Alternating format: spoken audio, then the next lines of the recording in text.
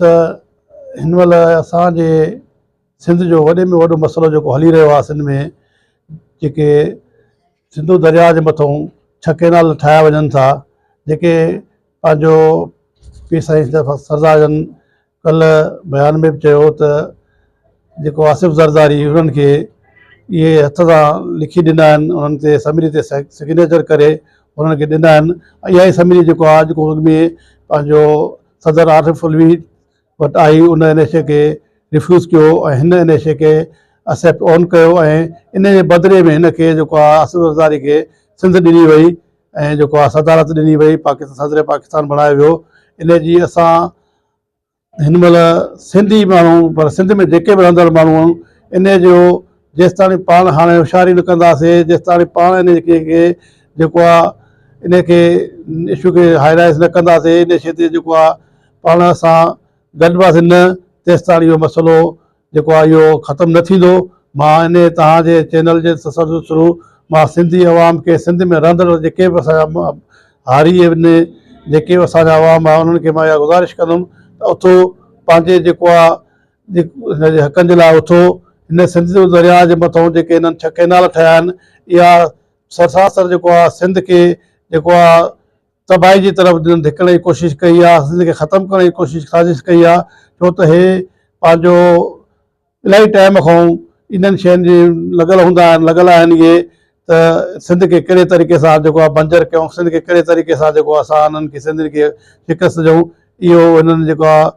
कालाबाग जो टाइम जो इशू, वरी हुन खां पोइ हे जेको आहे दरिया 6 केनाल कढिया अथऊं, इहो हिननि जो जेको आहे मनसूबो जेसिताईं असां सभु जाॻंदासीं न, जेसिताईं असां सभु गॾिबासीं न, जेसिताईं इन शइ खे सभु न जेको आहे कंदासीं, तेसि ताईं इहो मसइलो हल न थींदो। इन मसइले खे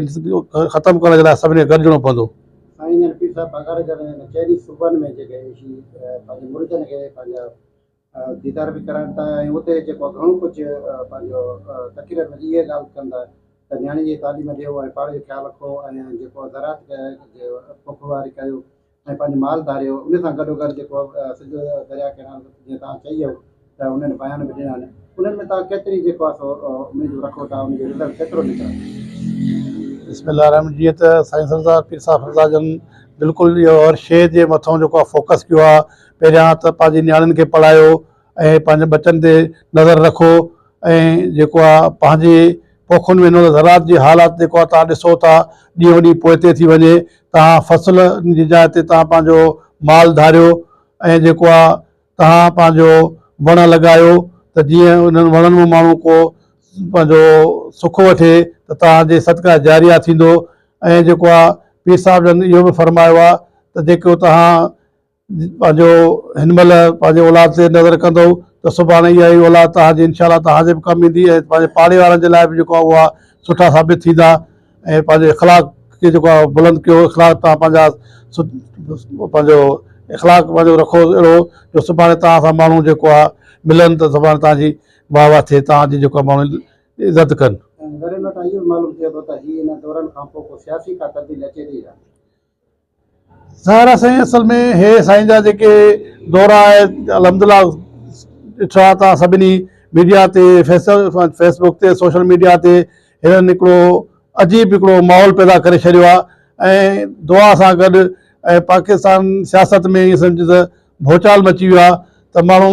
ॾिसनि था त हेॾी अवाम, एॾो माण्हू साईं जन से गॾु आहे, साईं जन सां गॾु आहे। ऐं इलाही जेके दोस्त जेके ख़ासि कर पंहिंजो फेसबुक इस्तेमालु कनि था ऐं जेको आहे इन शइ ते लिखनि था, पोइ हुन जूं ख़ासि करे पीपल्स पार्टी वारनि दोस्तनि जूं वायूं बताल थी वियूं आहिनि। उन्हनि खे दिमाग़ कमु करणु छॾे वियो आहे त हेॾी रश साईं जन सां गॾु आहे ऐं जेको आहे हुननि खां पंहिंजो जेको ॻाल्हाइनि था उहो बि ख़बर नथी पए त छा था ॻाल्हाइनि। हिन महिल हुनजी निंडूं फिटल आहिनि।